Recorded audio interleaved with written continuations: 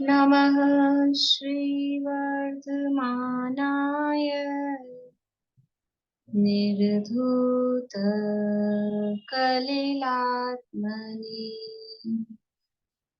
सालोकानां त्रिलोकानां यद्विद्यातर्पणायते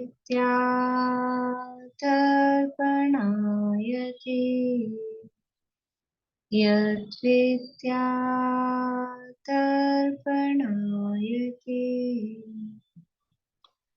सकल पाप मल प्रक्षालक श्री वर्धमान को करुण मन लोकालोक प्रकाशित करे जिनकी विद्या है दर्पण जिनकी विद्या है दर्पण।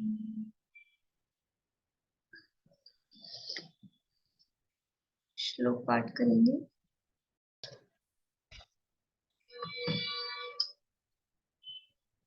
रत्नकरण शावकाचार्य नामक ये ग्रंथ है, आचार्य संबंधभद्र स्वामी द्वारा रचित। इसके अंतर्गत यहाँ तीसरा अणुव्रत अधिकार अपना चल रहा है और उसमें अहिंसाणुव्रत की चर्चा चल रही है।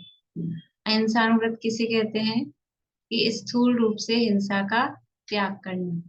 स्थूल रूप से हिंसा का त्याग करने का क्या अर्थ है? स्थूल रूप से हिंसा का त्याग करना, उसका क्या अर्थ है? क्या अर्थ उसमें ग्रहण किया गया है?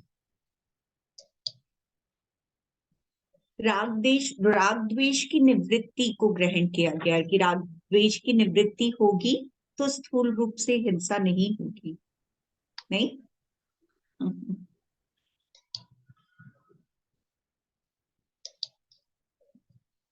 यहाँ इसमें त्रस हिंसा का त्यागी है, स्थावर का नहीं है। और त्रस हिंसा में भी संकल्पी हिंसा का नियम पूर्वक उसके त्याग है। बाकी की आरंभी, उद्योगी और विरोधी हिंसा का त्याग नहीं है। देखो, ये जब बात अपन बोलते हैं ना कि स्थावर हिंसा का त्यागी नहीं है और बाकी तीन हिंसा का भी त्यागी नहीं है। त्यागी नहीं है तो मतलब कि बाकी तीन हिंसा में सावधानी पूर्वक प्रवृत्ति करता है, व्यर्थ में स्थावरों की भी हिंसा नहीं। त्रस हिंसा का तो त्यागी है और स्थावरों की भी व्यर्थ की हिंसा नहीं करता, वरना वो मतलब ऐसा लगता है कि हाँ वो तो चलेगा, वो तो कर सकते हैं। उसमें भी सावधानी पूर्वक प्रवृत्ति करता है। तो स्थूल हिंसा का त्यागी का क्या मतलब है? कि त्रस हिंसा से विरक्त है और संकल्पी हिंसा से विरक्त है। ये है स्थूल हिंसा का त्याग। राग द्वेष की निवृत्ति के लिए करते हैं, उससे राग द्वेष की निवृत्ति होती है, वो तो बात है ही। राग द्वेष की निवृत्ति पूर्वक त्याग होता है और त्याग पूर्वक वो राग द्वेष की निवृत्ति होती है। लेकिन स्थूल का मतलब क्या है? स्थूल हिंसा का त्याग का मतलब कौन सी हिंसा छोड़ रहे हैं? स्थूल हिंसा के त्याग से मतलब है त्रस हिंसा, संकल्पी हिंसा का त्याग है। इसके अंतर्गत यहाँ हिंसा का विशेष स्वरूप पुरुषार्थ सिद्धि उपाय के आधार पे यहाँ दिया गया है, वो चर्चा अपनी चल रही थी।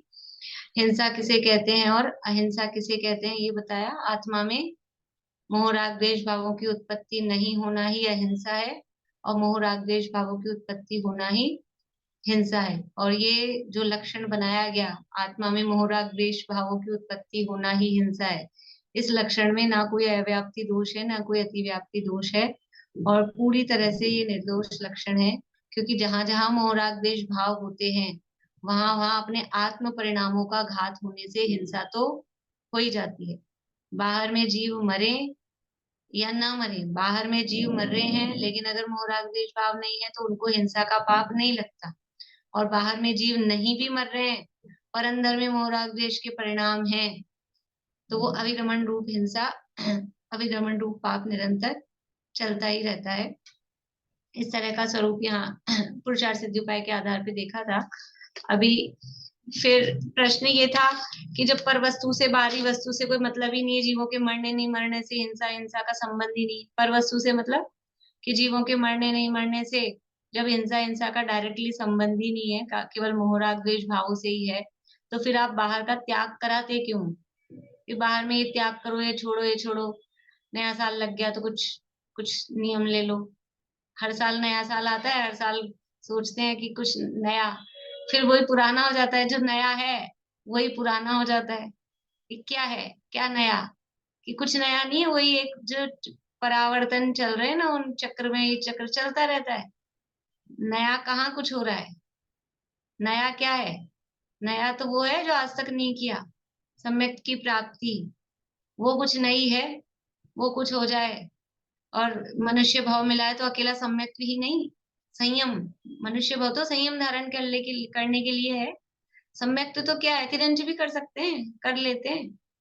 सम्यक तो कौन सी बड़ी चीज है, हम सम्यक तो सम्यक करते हैं। लेकिन अभी वही नहीं हो रहा है, इसलिए कि ठीक है सम्यक की बात करते हैं। तो ये कुछ सम्यक तो प्राप्त हो, कुछ संयम धारण हो, तो कुछ नया है। अब नए साल में नए कपड़े पहन लेंगे, कहीं नई जगह घुमाएंगे, कुछ नया खाना बना लेंगे। क्या नया साल है तो कुछ मिठाई बना लेंगे। कुछ लोग वही तो करते हैं हर साल, वही पार्टी, वही नाच गान। क्या नया करते हैं बताओ? 2022 पूरा हो रहा था, तब भी यही किया था रात को 12 बजे तक। 2023 पूरा हो गया, तब भी वही कर रहे हैं। ये क्या नया कर रहे हैं? क्या नया कर रहे हैं? सोचते ही नहीं है कि हम कुछ नया क्या कर रहे हैं। वही वही चलता आ रहा है।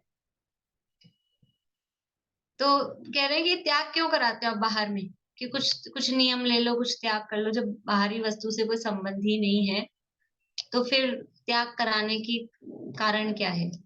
बोलिए रेखा।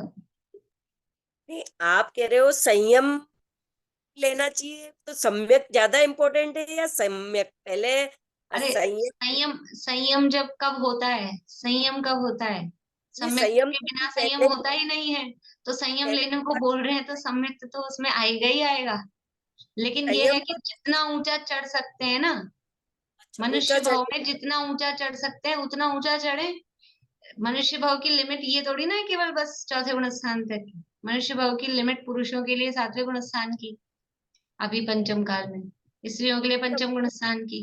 गिरिराज की अपेक्षा ऊपर चढ़ने के हिसाब से हाँ, बताए। तो ऊपर चढ़ने का उपदेश दिया जाएगा। अब किसी को कहे सम्यक कर लो, सम्यक कर लो। पढ़ तो सकते थे 7वीं तक, और उसको चौथी में उसको कह रहे हैं "हाँ, शाबाश बहुत पढ़ लिया, बहुत है"। तो वो सोचेगा चौथी तक ही बहुत है, तो अब आगे क्यों पढ़ू 5वीं 6वीं 7वीं।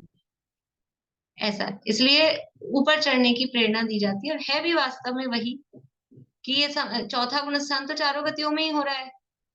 तो फिर अपन मनुष्य हैं, तो मनुष्य में जो एक्स्ट्रा कर सकते हैं वो कुछ करें तो कोई नई बात होगी ना, तो कुछ खास बात होगी। नहीं तो क्या है, वो तो सभी कर रहे हैं। दुनिया में लोक व्यवहार में तो हमको कुछ नया करना होता है, कुछ यूनिक करना होता है, सबसे अलग हटके करना होता है, सबसे अलग हटके दिखना होता है, सबसे अलग हटके खाना है, सबसे अलग हटके पहनना है, सबसे अलग हटके ही कुछ अपने को दिखाना है। अपना मकान हो, अपनी गाड़ी हो, अपन खुद हो, जो भी है वो कुछ नया करना चाहते हैं, यूनिक करना चाहते हैं। और यहाँ पे जो संसारी चीज और अनादिकाल से अपन करते आ रहे हैं, संसार चक्र में चल रहे हैं, और जो सब संसारी चीज कर रहे हैं वही यहाँ पे अपन करते हैं, उन्हीं को फॉलो करते हैं। कि लोग रात को 12 बजे तक आग जला के छत पे और पार्टी करते हैं, होटलों में जाते हैं, यहाँ उसको फॉलो करते हैं कि वही करें अपन। यहाँ कुछ यूनिक नहीं करेंगे, और दुनिया में यूनिक करना चाहते हैं। सोचते ही नहीं है कि कर क्या रहे हैं, हो क्या रहा है, चल क्या रहा है। तो यहाँ प्रश्न ये था कि जब परवस्तु से थोड़ी सी भी हिंसा नहीं होती है, मतलब उससे कोई संबंध ही नहीं है, तो फिर बाहरी त्याग क्यों कराते हो? तो कहा कि परिणाम विशुद्धये, परिणामों की विशुद्धि के लिए हिंसायतनों की निवृत्ति कार्य करनी चाहिए। कि अपने परिणामों की विशुद्धि के लिए ऐसे स्थानों को, ऐसी वस्तुओं को, ऐसे व्यक्तियों को, ये हिंसायतन है ना, इस हिंसा के आयतन का मतलब अकेला क्षेत्रवाची नहीं है, द्रव्य क्षेत्र काल भाव चारों वाची है। हिंसायतन निवृत्ति शब्द दिया, तो हिंसा के आयतनों से निवृत्ति करनी चाहिए। तो हिंसा के आयतन मतलब शब्द अर्थ करेंगे तो हिंसा के स्थान, स्थान का मतलब स्थान क्षेत्र नहीं, हिंसा के स्थान मतलब जिस द्रव्य से हिंसा हो सकती है वो द्रव्य, जिस क्षेत्र में हिंसा हो सकती है वो क्षेत्र, जिस काल में हिंसा हो सकती है वो काल, और जिन भावों से हिंसा हो सकती है वो भाव। द्रव्य क्षेत्र काल भाव से उस हिंसायतन, हिंसायतन मतलब द्रव्य, उन द्रव्य क्षेत्र काल भावों का त्याग करना चाहिए। क्यों करना चाहिए? कि यद्यपि उससे हिंसा हिंसा का डायरेक्टली संबंध नहीं है, लेकिन अपने परिणामों की विशुद्धि के लिए, क्योंकि उन द्रव्य क्षेत्र काल भावों के निमित्त से हमारे भी परिणाम वैसे ही होते हैं। देखो भावों में कैसे होता है कि ऐसे हम बैठे हैं अच्छे भले, अब किसी के मरण के प्रसंग में गए, अब वो सब रोना धोना वहां चल रहा है, और कोई ऐसी डेथ हो गई हो छोटी उम्र में या कुछ इस तरह से, अब वहां पखान चलता रहता है, ऐसा थे वैसे थे और ऐसे चले गए वैसे चले गए। तो फिर क्या होता है, नॉर्मली 99% लोग सब फिर ऐसे भले ही ना रोएंगे, कोई खास भी नहीं लगते होंगे, लेकिन उनकी वो माहौल सुनकर वो क्या होता है, रोना धोना खुद का भी चालू रहता है। अरे ये तो रियल होता है, टीवी में देख देख के लोग रोने लग जाते हैं, टीवी में मूवी में वो तो पता ही है ना नाटक चल रहा है, नकली है, लेकिन वहां कोई मरण का प्रसंग बने हुए ऐसा हो, सीता को रावण पकड़ के ले जा रहा है या लोग रोने लग जाएंगे। तो ये क्या है, ये वैसे भाव, वो भाव अपने को उत्पन्न करा रहे हैं ना उस तरह के परिणाम। इसीलिए जो त्यागी व्रती होते हैं, पंचम गुण स्थान वर्ती होते हैं, ब्रह्मचारी लोग होते हैं, वो किसी के मरण के प्रसंग में भी नहीं जाते। घर में भी माता जी पिता की भी हो जाए, वो प्रतिमाधारी हैं, मृत्यु हो जाए तो वो नहीं जाते, क्योंकि वहां पे वैसे वहां कौन से भाव बनेंगे, शोक के भाव ही होंगे ना वहां पे जाके, तो उस भावों से दूर रहते हैं। शोक के भाव भी तो राग द्वेष रूप भाव ही हैं, तो वो बुद्धि पूर्वक ऐसे भावों से जहां पर ऐसे प्रसंग बने उससे दूर रहते, ना किसी के शादी ब्याह में जाएंगे, ना किसी के जन्म में जाएंगे, ना किसी के मरण में जाएंगे। तो इस तरह से उनसे दूर रहने की बात, उनकी निवृत्ति की बात यहाँ पर की गई है, इसलिए बाहरी वस्तुओं का त्याग वो बुद्धि पूर्वक करना चाहिए। ये कहा तो फिर अब किसी को ये हो सकता है कि कोई एक ऐसा ही पक्ष रखे कि मतलब ये इसी के साथ है जो ये 49 नंबर का श्लोक दिया। देखिए पेज नंबर अपना चल रहा है 94, रत्नकरण शावकाचार में 94 पेज पे जो ये पुरुषार्थ सिद्धि उपाय का 49 नंबर का श्लोक दिया, उसी संदर्भ में आगे आचार्य देव कह रहे हैं कि यदि किसी को कोई केवल ये सोचे कि आत्मा में मोह राग द्वेष भावों की उत्पत्ति होना हिंसा है और बाहरी वस्तु से तो कुछ हिंसा का संबंध है नहीं, तो यदि वो इस एक पक्ष को लेके बैठ जाए, असली हिंसा अहिंसा का सच्चा स्वरूप तो जाने नहीं, वास्तव में अहिंसा क्या है, वास्तव में हिंसा क्या है, ये असली स्वरूप नहीं जाने, और केवल वो बस आत्मा में मोह राग द्वेष के, हमारे तो मोह राग द्वेष नहीं हो रहे, अब बाहर में कैसे भी तो चलो, कैसे भी खाओ, कभी भी खाओ, कुछ भी करो, ऐसा वो स्वच्छंदी यदि हो रहा है, उसने एक पक्ष को अंगीकार कर लिया।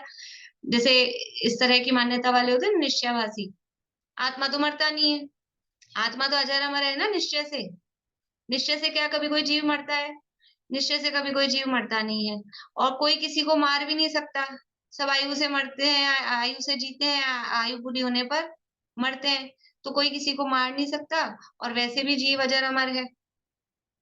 तो ऐसा ऐसा किसी को निश्चय का अतिरेक हो जाए, वास्तविक स्वरूप नहीं समझ रहा, इस बात को वो क्या कहना चाहिए, अपने मजाक मतलब अपनी गलत मान्यता के पोषण में इस सिद्धांत को वो लेकर, और फिर क्या करता है, जीव तो मरते हैं नहीं, रात में खा लो उसमें क्या फर्क पड़ता है, जीव तो मरते नहीं है, फिर देख के चलना, चींटियां मर रही हो नहीं मर रही हो क्या फर्क पड़ता है। तो वो इस तरह से अपनी जिस आचरण में वो स्वच्छंदता लाता है, आचरण स्वच्छंदी रूप से करता है, उसके लिए अब यहाँ अगला श्लोक कह रहे हैं, 50 नंबर का श्लोक है पुरुषार्थ सिद्धि उपाय का, यहाँ रत्नकरण शावकाचार में पेज नंबर 94 है, देखिए पढ़ते हैं।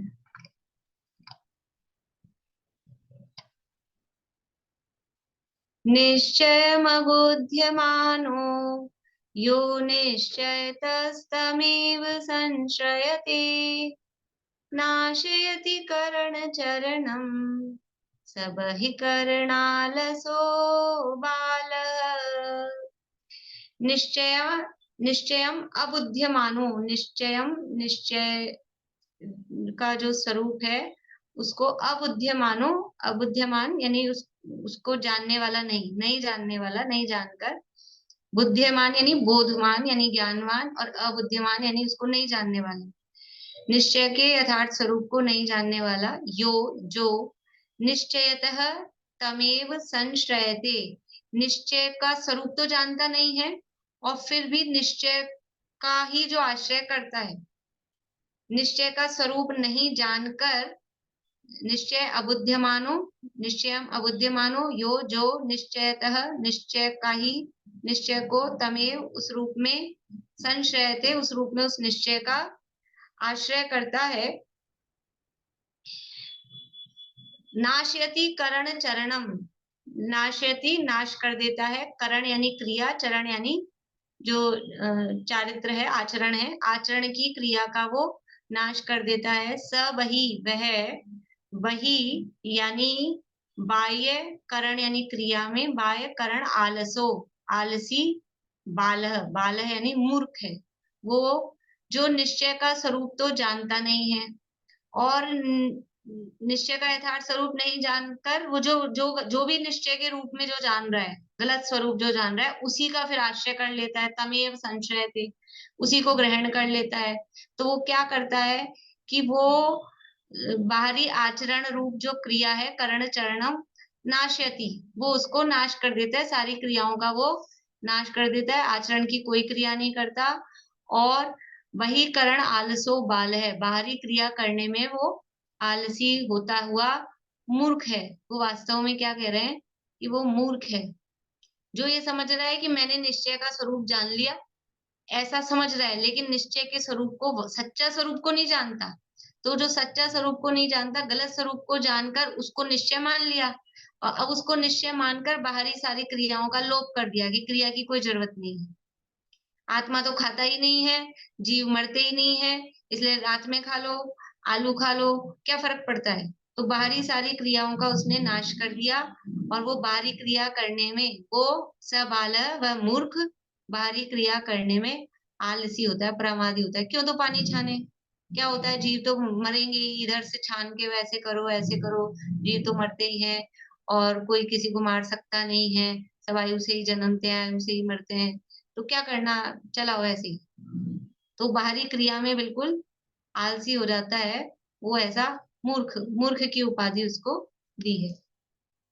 यानी वो प्रश्न ये था ना कि आप बाहरी त्याग क्यों करा रहे हो, उसके जवाब में कह रहे हैं कि बाहरी त्याग भी ऐसा नहीं है कि बिल्कुल व्यर्थ है। अर्थ देखिए, जिस जीव ने निश्चय न का विषय राग आदि रहित शुद्ध आत्मा के स्वरूप को तो जाना नहीं, निश्चयम अबुद्धिमानो, जो वास्तविक निश्चय था शुद्धात्मा, उस शुद्धात्मा के स्वरूप को तो जाना नहीं, और ऐसा मानकर कि मेरे भाव तो कषाय रहित हैं, मेरी समस्त प्रवृत्ति में हिंसा होती ही नहीं है, व्यर्थ की कल्पना करके निरर्गल यथेच्छ प्रवर्तता है।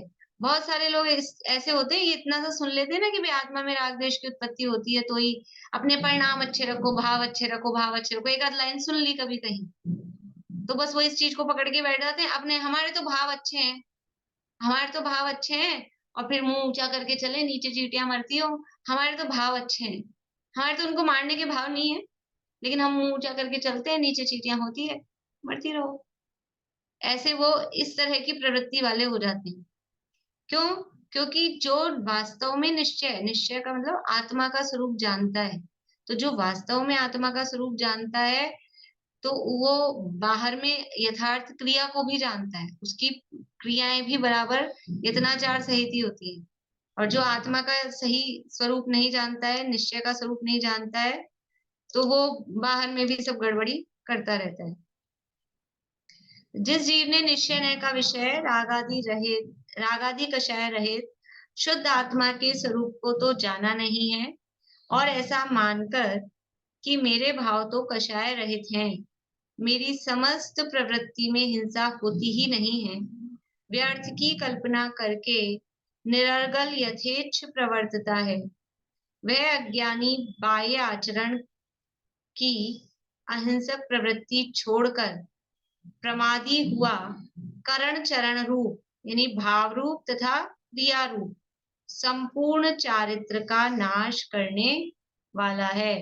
वो करण चरण रूप, यानी यहाँ भाव रूप तथा क्रिया रूप दोनों का, और वैसे करण यानी क्रिया और चरण यानी आचरण। तो आचरण की क्रिया का या भाव रूप द्रव्य रूप समस्त चारित्र का वो नाश करने वाला है।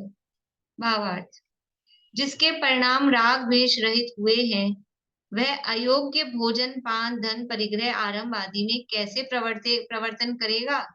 जो हिंसा से विरक्त है वह हिंसा के कारण दूर ही से छोड़ देगा।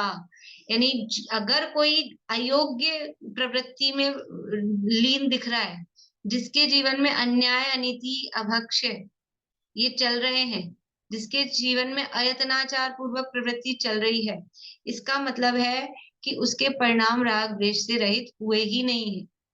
यदि उसके परिणाम राग द्वेष से रहित हुए हैं, थोड़े भी, जितने जितने अंशों में वो राग द्वेष से रहित हुए हैं, उतने उतने अंशों में उसके जीवन में ये यत्नाचार रूप प्रवृत्ति, अन्याय नीति अभक्ष्य का सेवन का त्याग और यथा योग्य जो बाहरी आचरण है वो होता ही होता है, अपने आप होता है।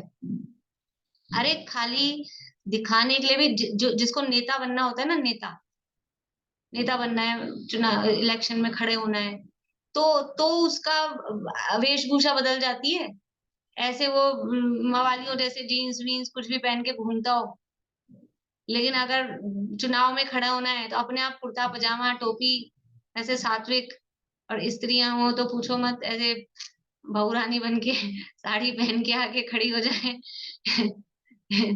होता है कि नहीं होता है। तो जब वहां दिखावे में ही हो जाता है, तो यहाँ जिसके अंदर से मोह राग द्वेष भाव जिसके कम हुए हैं, अभाव हुआ है, उसके बाहर में आचरण में आएगा नहीं आएगा, कैसे नहीं आएगा, कैसे नहीं आएगा, आएगा ही आएगा, अपने आप ही आता है, अपने आप ही आ जाता है। जिस लड़की की सगाई हो जाए और ये पता लग जाए कि ये मेरे ससुराल वाले हैं, ये सास है ससुर है और ये सब रिश्तेदार हैं, तो अपने आप ही उसका व्यवहार, ज्यादा सिखाना नहीं पड़ता है, ज्यादा कहना नहीं पड़ता है, अपने आप ही व्यवहार कैसा हो जाता है सब उनके प्रति, अपने आप ही योग्य आचरण होता है, कहना नहीं पड़ता है। ऐसे ही जिसके अंदर में मैं आत्मा हूँ ये निश्चय का स्वरूप सच्चा ख्याल में आया, तो बाहर में अन्य आत्मा अन्य जीवों के प्रति भी दया का परिणाम और उनकी रक्षा का भाव सहज ही आता है। ये यहाँ कह रहे हैं। समझ में आया ना श्लोक का अर्थ, क्या कहना चाह रहे हैं। अब यहाँ ये पुरुषार्थ सिद्धि उपाय में ही द्रव्य हिंसा और भाव हिंसा की अपेक्षा से अनेक प्रकार के हिंसा अहिंसा के भंग बताए, मतलब सूत्र शब्द दिया है इनको कि हिंसा हिंसा के 8 सूत्र यहाँ पर कह रहे हैं, 6 या 8 ऐसे इतने सूत्र यहाँ अपने को 12 पॉइंट्स में दिया है। तो पुरुषार्थ सिद्धि उपाय में हिंसा के विषय में आगे और भी कहा है कि कितने किस किस टाइप से, कहाँ अपने को लग रहा है हिंसा है और वहां हिंसा नहीं होगी, कहाँ अपने को लग रहा है हिंसा नहीं है और हिंसा होगी, कहाँ कम हिंसा हो सकती है, कहाँ ज्यादा हिंसा हो सकती है, बहुत सारी बातें यहाँ पर बता रहे हैं। देखिए ये यहीं से पढ़ते हैं, या पुरुषार्थ सिद्धि उपाय में श्लोक दिए हैं, यहाँ तो पॉइंट्स दिए हैं, वहां श्लोक के आधार पे बात की, पर अपन अपनी यही वाली बुक है इसी के आधार पे बात कर लेते हैं। रत्नगन शावकाचार्य में जो पॉइंट्स दिए हैं पेज नंबर 94 पे अंत में देखिए, पहला पॉइंट, कोई तो हिंसा किए बिना ही हिंसा के फल को भोगने वाले हो जाते हैं। ये लगभग 2-2 पॉइंट दिए, वो एक एक श्लोक में 2-2 पॉइंट दिए हैं। तो पहला पॉइंट क्या है कि हिंसा की नहीं, हिंसा किए बिना ही, और फल क्या मिल गया, हिंसा का फल मिल गया। ऐसा होता है हिंसा करे नहीं और हिंसा का फल मिल जाए। इसमें दिया है उदाहरण, जैसे शस्त्र बनाने वाले लुहार सिगलीकर हिंसा किए बिना ही तंदुल मच्छ के समान हिंसा के फल को, तीव्र अशुभ बंध को प्राप्त हो जाते हैं। जितने भी ये अस्त्र शस्त्र औजार बनाने वाले जितने भी लोग हैं, वो केवल वो बनाते हैं, तलवार बना रहे हैं और बंदूक बना रहे हैं, गन बना रहे हैं, ये सब, और लोहा जिससे भी ये सारे काम होते हैं वो तो बना रहे हैं, वो किसी को मारते नहीं है। किसी को मार रहे हैं क्या, मारते नहीं है, लेकिन फिर भी उनको फल कैसा मिल रहा है, वो जितने बना बना के निकाल रहे हैं ना, वो सब उसके माध्यम से जितनी हिंसा होगी वो सारा हिंसा के फल को प्राप्त होते हैं। और पौराणिक उदाहरण है तंदुल मत्स्य का, कि तंदुल मत्स्य, तंदुल मतलब चावल के जितना सा मछली होती है, चावल के बराबर मछली, तो वो जीवन भर एक भी मछली दूसरी नहीं खा पाती है। लेकिन वो एक महामत्स्य होता है, उसकी कान पे की आंख पे बैठा रहती है इतनी सी वो मछली, और वो महामत्स्य का मुंह इतना बड़ा है कि उसमें पूरा समुद्र घुस जाता है, निकल जाता है, खूब मछलियां आती जाती रहती हैं। तो क्या सोचता है देख देख के कि ये कितना मूर्ख है, मछलियां आ गई थी मुंह में, मुंह ही नहीं बंद किया, और वो सारी फिर निकल गई पानी के बहाव में। मैं होता तो तुरंत मुंह बंद कर लेता, एक को भी नहीं छोड़ता। मछली खाता नहीं है जीवन भर एक भी, लेकिन पाप कितना करता है कि वो सारी मछलियां खाने का पाप बराबर चलता है, तो वो 7वें नरक जाता है। तो हिंसा नहीं की, फिर भी हिंसा के फल को प्राप्त किया। अपने को जीवन में बहुत बार ऐसा लगता है हमने तो कुछ किया ही नहीं, हम तो एकदम ऐसे रहते हैं, हमारे को ये कौन सा फल मिल रहा है, हमने तो कुछ किया ही नहीं, ये हमारी शिकायत रहती है, हमने तो कुछ किया ही नहीं, हमने तो कुछ किया ही नहीं। अरे भावों में क्या क्या नहीं कर लेते हैं हम, हाथों से तो कुछ नहीं करते हैं, अपने लिए करते हैं, दूसरे के लिए, कभी दूसरे के साथ कोई अशुभ का उदय हो, ये तो बहुत ऐसे थे वैसे थे एकदम शुद्ध सात्विक, इन्होंने तो कभी किसी का बुराई नहीं किया। तो बाहर में नहीं दिखता है, मन में क्या क्या चलता रहता है, वो मन से कितनी अनुमोदनाएं उसकी हो जाती हैं।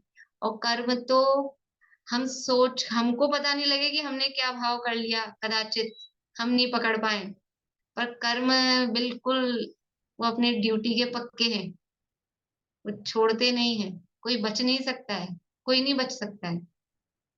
तो कब के किस तरह से कर्म बंध जाते हैं और फिर वो उदय में आते हैं, ये बहुत देखने वाली बात है। पंचम काल में तो पाप ही पाप है, अशुभ ही अशुभ है, तो क्या सभी नरक में जाएंगे फिर? नहीं, ऐसा थोड़ी ना सभी अशुभ ही अशुभ करते हैं।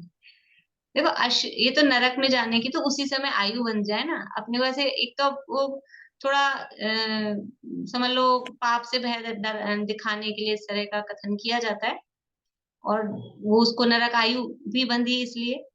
तो जो पाप कर रहे हैं, अगर पूरे जीवन भर मैक्सिमम पार्ट उनका पार्ट पाप में ही जा रहा है, तो उनको आयु भी इसी तरह की बंधेगी। लेकिन आयु हर समय बनती नहीं एक्चुअल में, तो आयु तो पर्टिकुलर टाइम्स पे ही बनती है, जीवन में 8 बार उसका टाइम आता है। तो उस आयु बंध के समय में कैसे परिणाम चल रहे हैं।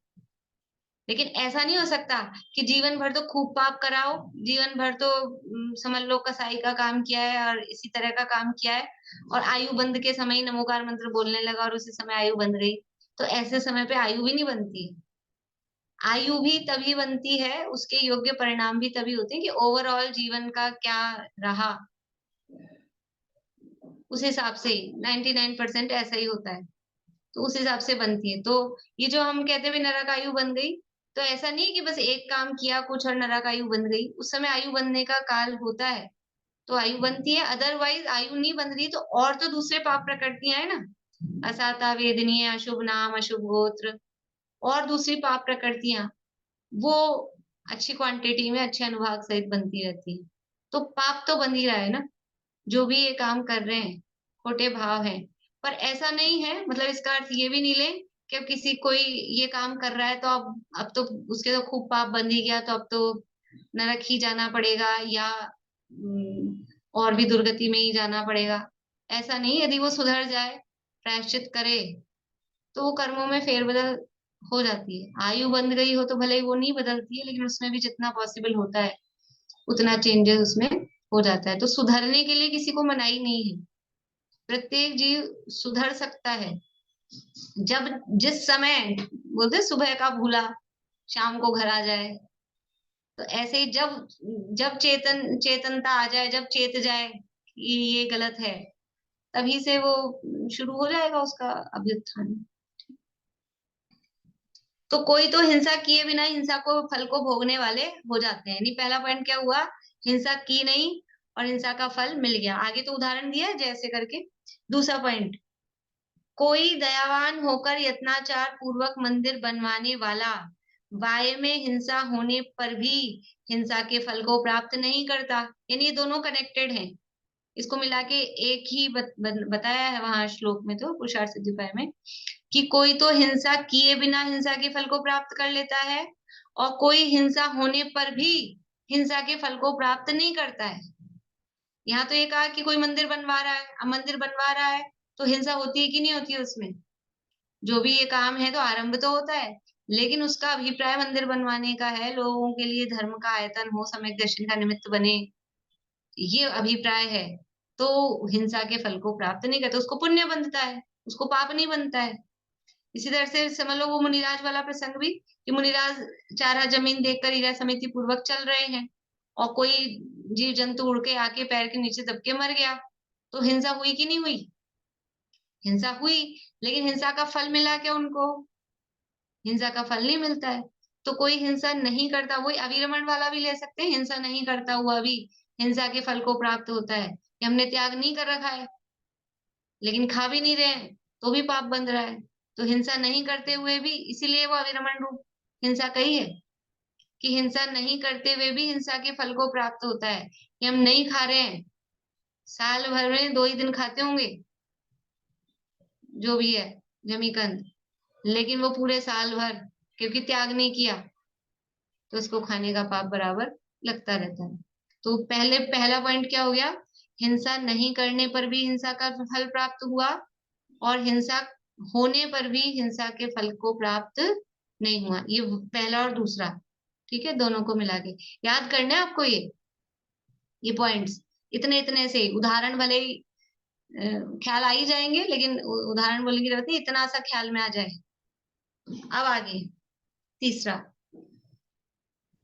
कोई पुरुष ने हिंसा तो अल्प की थी, परंतु तीव्र राग द्वेष रूप भावों से की थी, इसलिए उदय काल में बहुत अधिक खोटा फल प्राप्त करता है। मतलब अल्प हिंसा की, हिंसा तो थोड़ी की, लेकिन उसका फल बहुत बड़ा आया। ठीक है, अब इसके आगे वाला भी पढ़ते हैं। इसके आगे नहीं, इसके आगे तो इन्होंने दूसरे लिख दिए, इसी के साथ है उसमें श्लोक में, इसी के साथ अपन ले लेते हैं। कोई पुरुष ने हिंसा तो अल्प की थी, परंतु तीव्र राग द्वेष रूप भावों से की थी, इसलिए उदय काल में बहुत अधिक खोटा फल प्राप्त करता है। यानी हिंसा तो की थोड़ी, लेकिन उसका फल आया बहुत बड़ा। जैसे जो दुनिया में कहावत है, ककड़ी के चोर को कटार, यानी चोरी तो की थी ककड़ी की, लेकिन फल क्या आया कि गर्दन ही उड़ा दी गई। तो हिंसा तो अल्प की थी और उसका फल बहुत बड़ा आया। और कहीं क्या होता है, हिंसा बहुत दिखती है कि बहुत हिंसा की, लेकिन फल फल अल्प आया। ऐसा कैसे होता है? समझ लो इसके उदाहरण, जैसे कि एक तो है राजा श्रेणिक। राजा श्रेणिक ने क्या मुनिराज को मारा था, जान से मारा था। हत्या की थी क्या मुनिराज की? हत्या नहीं की थी। गले में सांप डाला था, कौन सा सांप डाला था? वो भी मरा हुआ था, जिंदा नहीं था। जिंदा डालते, काट लेता तो कुछ सोचते भाई। मतलब ऐसे देखा जाए तो कौन सा बहुत बड़ा काम कर दिया था? मरा हुआ सर्प भी तो गले में डाला था ना, कोई मुनिराज को जान से मारा ना कुछ ऐसा, और कोई उनको हाथ पांव नहीं खराब किए, कुछ ऐसा कुछ भी काम नहीं किया। लेकिन आयु वहां की बंधी, आयु वहां की बंधी सबसे इससे बड़ी, मतलब जितनी हो सकती थी पॉसिबल, 33 सागर की नरक की।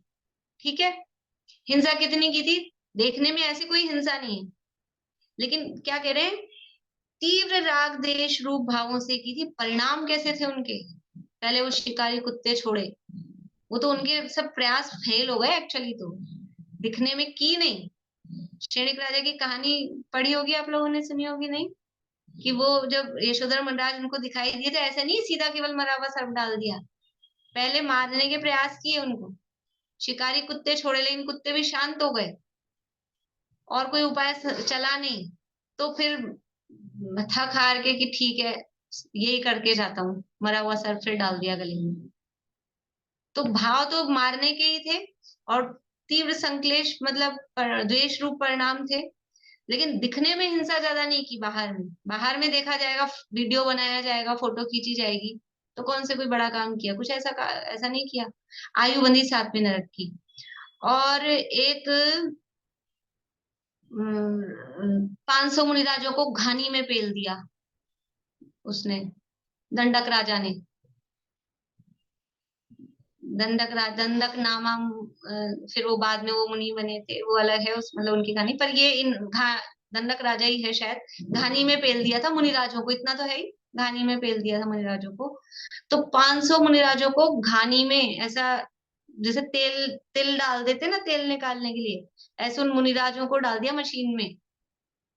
और जैसे वो तिल डाल के उसका तेल निकल जाता है, और ऐसा वो मुनिराज उसमें पिस गए। इतना बड़ा काम किया, और एक को नहीं, 500 500 मुनिराजों को इतना निर्दयता पूर्वक, मतलब हत्या है सीधी उनकी। और उसको कौन से नरक की आयु बंदी? अब 7वें से नीचे 14वां तो है नहीं नरक। एक एक मुनिराज पे उपसर्ग किया था तो 7वें की बंध गई थी। अब 500 पे किया तो कौन से नरक की आयु बंधेगी? नरक तो 7वां ही है, लेकिन उनको आयु बंधी तीसरे की, उनको आयु बंधी तीसरे की, गए नरक में ही, लेकिन आयु बंधी तीसरे की। तो हिंसा अल्प की थी, फल था उनका बड़ा 7वें नरक का। इन्होंने हिंसा बहुत सारी की, लेकिन फल आया थोड़ा कम। अब वो वहां उस क्यों हुआ, कैसे हुआ, वो सब उनके परिणाम है। अपन तो खाली इसका उदाहरण देख रहे हैं, ये तो पौराणिक उदाहरण है। ऐसे ही अपने में भी कभी ऐसा हो सकता है कि देखो, जैसे एक जमी कंद खाओ, हम तो एक ही आलू खाते हैं, हमने तो एक ही बाइट आलू खाया, और आप इतनी कटोरा भर के लौकी खा गए, है ना, 2 कटोरा भर के लौकी खा गए, और हमने एक ही बाइट आलू खाया। किसको हिंसा अधिक होगी, किसको हिंसा अल्प होगी? कि वो एक बाइट आलू खाने में भी दिख तो इतना सारा है, लेकिन उसमें जीव कितने हैं? अनंत, एक ही बाइट में। और हम एक पूरी घिया बड़ी खा लें, पूरी घिया एक नहीं, जिंदगी भर में हम जितनी लौकी खाएंगे पूरे जीवन में, अपने जन्म से लेके, जब से खाना चालू करेंगे, साल भर का होके समझ लो, 6 महीने का, तब से लेके जितनी उम्र है, 70 80 90 साल तक, हम रोज लौकी खाएं दोनों टाइम, तो भी उतने जीवों की हिंसा नहीं होती है जितनी एक गास आलू खाने में होती है। अब हिंसा तो अल्प की थी, लेकिन उसका फल, यानी उसका पाप कितना लगेगा? और यहाँ हिंसा तो खूब सारी दिख रही, इतनी सारी खाई, मतलब काम ली लो, लेकिन उसका फल अल्प है। समझ में आ गए? 2 पॉइंट अपने हिसाब से लिख लो, इसमें थोड़े पैसे दिए हैं, शॉर्ट भी हो जाएंगे अपने हिसाब से लिखेंगे तो। पहला क्या था? हिंसा नहीं की फिर भी फल मिला, और हिंसा की लेकिन फल नहीं मिला, ये पहला पॉइंट हो गया। शॉर्ट में बता रही हूँ मैं, केवल याद रखने के हिसाब से, कि हिंसा नहीं की लेकिन फल मिला, जो अस्त्र शस्त्र बनाने वाले हैं उनका। और हिंसा की लेकिन फल नहीं मिला, तो वो मंदिर बनाने वाला उदाहरण है, या मुनराज वाला उदाहरण है, वो उसमें आ जाएगा। ये पहला हो गया। दूसरा क्या है कि अल्प हिंसा की, फल बहुत मिला, और बहुत हिंसा की, फल अल्प मिला। ठीक है, ऐसे अपोजिट है ये। अल्प हिंसा की, फल ज्यादा मिला, हिंसा थोड़ी फल अधिक, ऐसे करके भी लिख सकते हैं। हिंसा थोड़ी फल अधिक, और हिंसा अधिक फल थोड़ा, तो अपोजिट के उसमें हो जाएगा।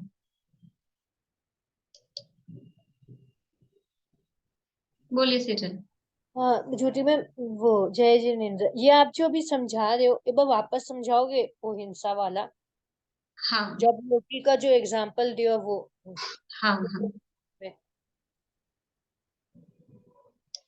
देखो, आलू की एक एक सुई की नोक पे जितना आलू की कणिका आती है, उसमें इतने जीव हैं कि वो 3 काल में सिद्ध नहीं हो पाएंगे, मतलब मोक्ष जाते रहेंगे हर 6 महीने 8 समय में, तो भी वो जीव खत्म नहीं होंगे। तो एक कणिका में इतने जीव हैं, तो एक गास आलू खाया हमने, तो कितने जीव हो गए?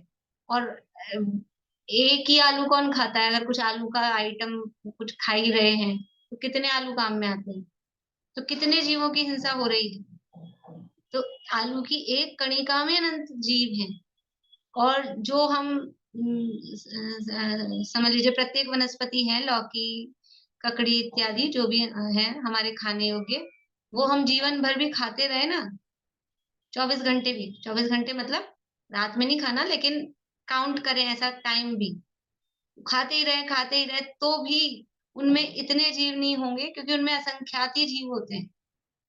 तो यद्यपि उसमें भी जीव तो हैं, लेकिन वो कम है, और इसमें इतने से में ही इतने जीव हैं, इसलिए जमीकंद खाने का निषेध किया जाता है। ठीक है, पॉइंट समझ में आ गए? पहला पॉइंट क्या था? हिंसा नहीं, फल मिला।